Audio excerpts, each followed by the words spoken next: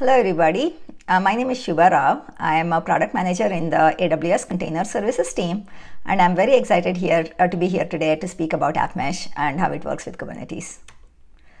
The agenda for today is that I will start with a little bit of why AppMesh and why Service Mesh, speak about the features we have and features coming on the roadmap, and then show a quick demo of AppMesh. So why Service Mesh? Obviously, all of us know it's about your applications and how it works on the infrastructure that you have. The traditional CI/CD mechanisms help deploy new code and showcase monitoring information about how the code is running, but they do it from a little bit of tightly coupled manner to the infrastructure. So it works really well if you're monitoring your entire application using an ALB or an API gateway, and there's not too much complexity or failure modes within your application. But if your application looks like this, where there are multiple services which are owned by different teams, and each of them are deploying different versions continuously using your deployment pipeline to the infrastructure, it's really hard to monitor how exactly the communication is changing or how it is actually behaving on an ongoing manner. Giving this visibility to your service operator team is very important and useful. And AppMesh, Service Mesh, and all similar tools help you decouple the application code from the infrastructure code and controls that are needed for you to provide this visibility, provide this control, and to secure all this inter-app communication very well within your application. So the popular pattern that is emerging is Service Mesh. Obviously, the other alternatives are that you have each application deployed behind its own load balancer and give each service operator team its own monitoring dashboard. But that approach does often get complicated more from a cost and an operations point of view, and that's one of the triggers and driving factors behind Service Mesh. So what does AppMesh do? AppMesh works with a lot of what you have in AWS, be it AWS accounts, be it compute services, be it other systems that are required for monitoring or cert management and others. And it also provides integrations with a lot of the open source tools. And that means Prometheus, Grafana, your own cert management system, Core DNS that works in Kubernetes. So you can use a combination of AWS or your own preferred tools with AppMesh. And the goal is to actually focus on your service operator team. So AppMesh gives you better enhanced HTTP level access logs and metrics. It simplifies how you collect tracing information about the communication that's happening between your application services. It helps you tune how the clients of a service behave dynamically so that each service owner can change the number of retries that are happening from each client, for example, without really having the client service teams be engaged or do new deployments or be running a certain version of libraries. So the power is to give service owners the knobs they need without involving and including multiple teams to be in lockstep, either to get information or to make changes that is required for their applications or their services to run really well. The mesh mechanism also gives you the insertion point to bring in new capabilities in a simpler manner. For example, you can encrypt all traffic that's happening between applications without really requiring any changes in your application code itself. The same applies to authentication and authorization. So all these are abilities that an infrastructure owner or an operator gets, where they can do something that is needed for better security of your apps and app communication and your infrastructure. That could be either to meet your own organization compliance needs or other external compliance needs in a manner that does not include multiple teams to be in lockstep coordination. So this is a technology that we believe is interesting and important for all your apps, irrespective of which compute platform they're running on. And that's the reason we have implemented AppMesh to work with not just EKS and EKS Fargate and EKS self-managed, whichever modes of Kubernetes you like, but also other things like EC2 and ECS. And we plan to add Lambda support in the future. And this is just helping you provide similar capabilities for all your applications. A few of the other aspects of what AWS manages for you in the service mesh space, and what it means for you is that we own the availability, upgrades, security, we own validation of new versions, And we are actually not tying our mesh implementation to one specific cluster or compute service, so that you get the capability to offload all this mesh management overhead to AWS and just focus on what is needed for your application code and application capabilities. Obviously, all of this comes with AWS support, so you have our back. We have your back whenever you need to take care of your applications. A quick snapshot into the roadmap of AppMesh. In the last few months, we have shipped Ingress Gateway and TLS support. These two major features help you decouple your mesh communication from the outside world and still get consistency in the controls and the monitoring data. So you can have Envoy running in gateway mode at the ingress. You can have Envoy running in the sidecar mode with each of your service and get consistent end-to-end monitoring and traffic controls. We've also built cross-account mesh. Basically, you can use AWS Resource Access Manager to share one mesh across clusters and across accounts. Thereby, your application boundary and the application configuration is all stored in the mesh, and the infrastructure is almost a layer underneath, and the mesh adapts to the infrastructure. We have also launched a few timeout and retries that are configurable. We have more on that coming in the roadmap, but we have actually tested and validated and configured better defaults for your envoys when you have them running with AppMesh, and that's something that is basically just turned on for you, and we will give you more configurable options coming soon. We did a GA of the AppMesh controller for Kubernetes, and this includes a lot of scale fixes, so usability fixes, and we will guarantee some level of API compliance and upgrade paths going forward. AppMesh is also HIPAA certified, HIPAA compliant, so you can use it for workloads irrespective of what your industry needs are.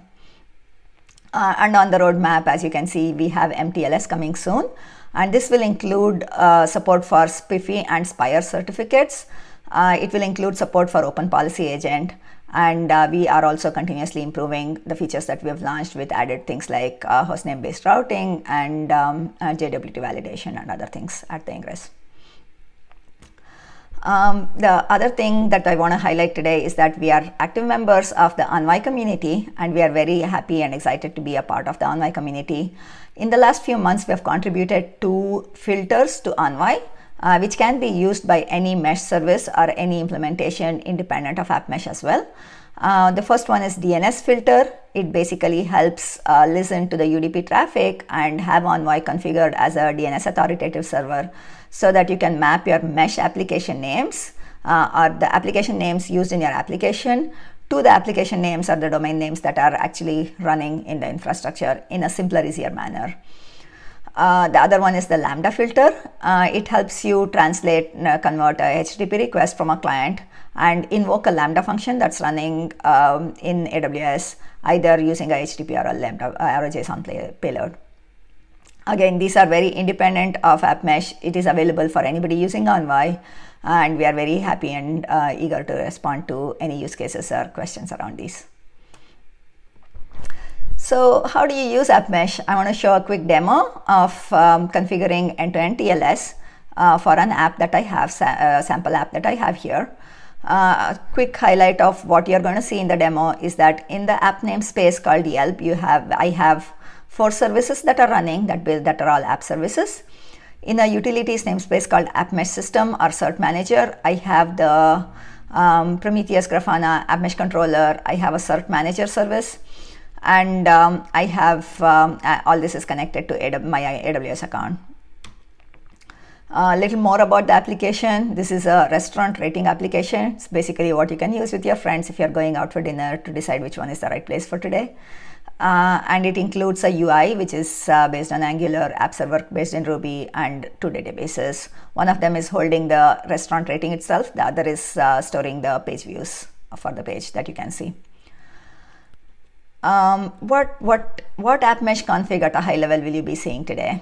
At a high level, the mesh app, which is 4 services, have their own services and deployments, which are Kubernetes objects.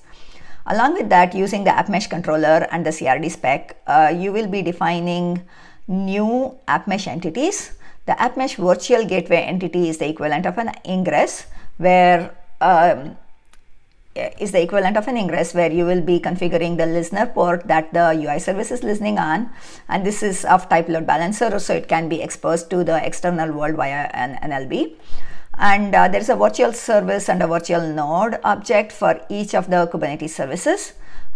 This is built in this way so that you can have any one service running in EC2 and you'll still be creating the exact same app mesh entity, just being mapped to the Envoy that is running somewhere else. So a virtual service provides you the external or client facing configuration that you are basically exposing to your clients as in the only information that the clients need to know. The virtual node specifies a lot more detail about what is actually running in your application code as of that point. So it includes the active ports, it includes whether it's TLS or HTTPS or HTTP. And that means the listener config in terms of cert manager and cert path. And it also includes a path to all the dependencies that is, and that is the other services that this particular service will be dependent on or connecting to. In my demo, I'll be starting with an app that's running, and I'll be configuring TLS. So the key configuration that you'll be seeing is that for the listener config, the things that the client needs to care about, there is a mode for whether you want TLS to be strictly enforced or optionally enforced, and that's basically giving you a migration path to seamlessly add TLS as a new virtual node and transition traffic over, even if all your clients are not really ready.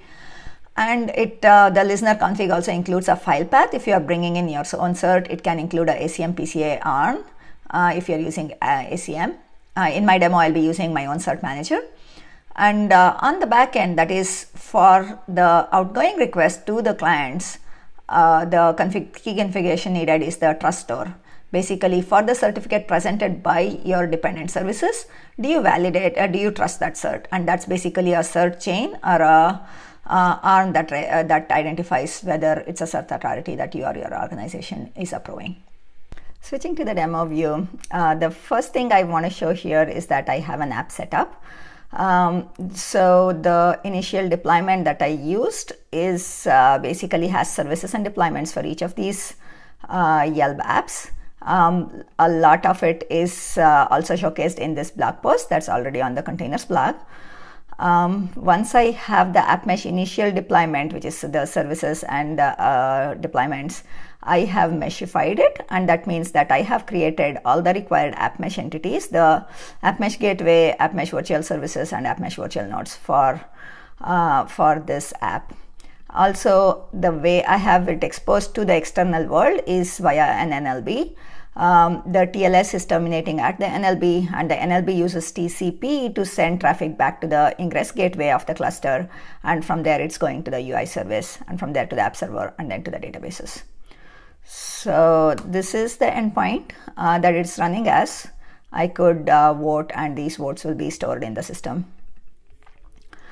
Coming back to all this is running on Kubernetes, and there's also an app mesh UI if you're interested to just see what is the setting that you have already created using the YAML spec using the Kubernetes kubectl command. Again, all this is just like a debugging workflow that you could use. I've also mounted certs onto each of these containers.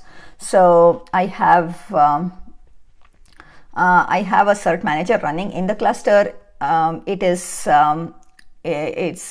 creating a wildcard cert for each of the service, and I have already applied the deploy secrets, deploy and verify that secrets are mounted.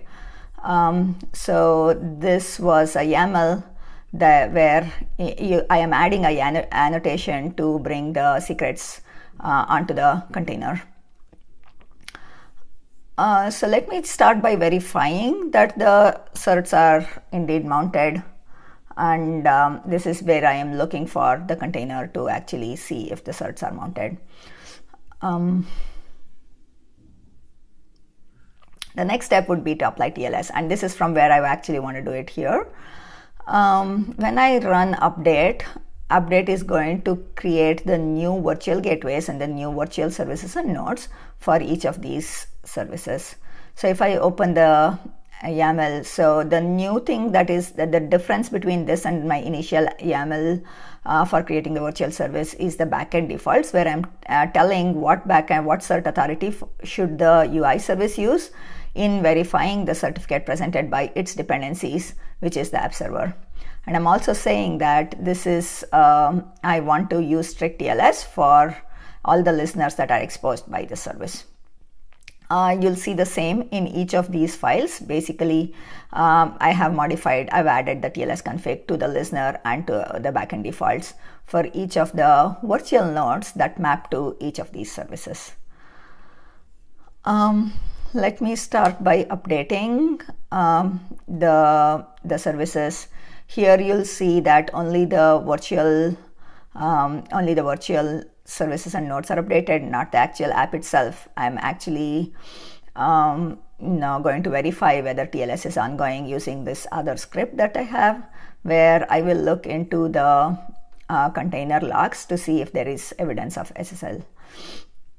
So when I open the app again, all this traffic between services should be encrypted. I'm going to open it a few times so that you see the difference.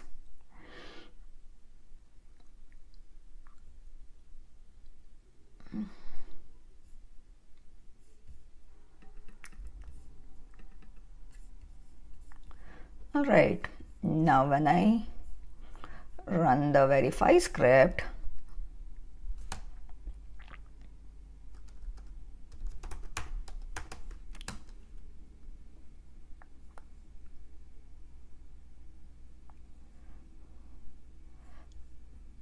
this is an indication that TLS is now in progress, and it was not before.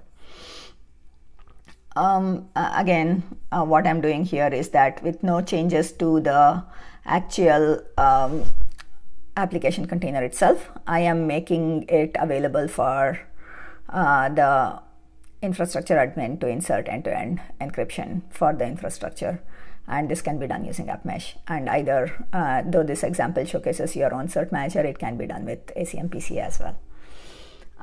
Thank you very much. I encourage you to go look at the other resources that we have, which is a whole set of blog posts on the containers blog and multiple config examples on the AppMesh examples GitHub repo. We have our roadmap open on GitHub as well, and that is on the AppMesh roadmap GitHub repository. And you can reach us on Slack. Yeah, feel free to engage with us for any questions, clarifications, if you're stuck doing anything. I'm very excited to be here with you today to speak about what AppMesh does and what's coming up on the roadmap. We are excited to make it easy and successful for you to bring new capabilities for your applications, and we are here to engage with you to understand other use cases that you may have that can help. Thank you very much. Bye-bye.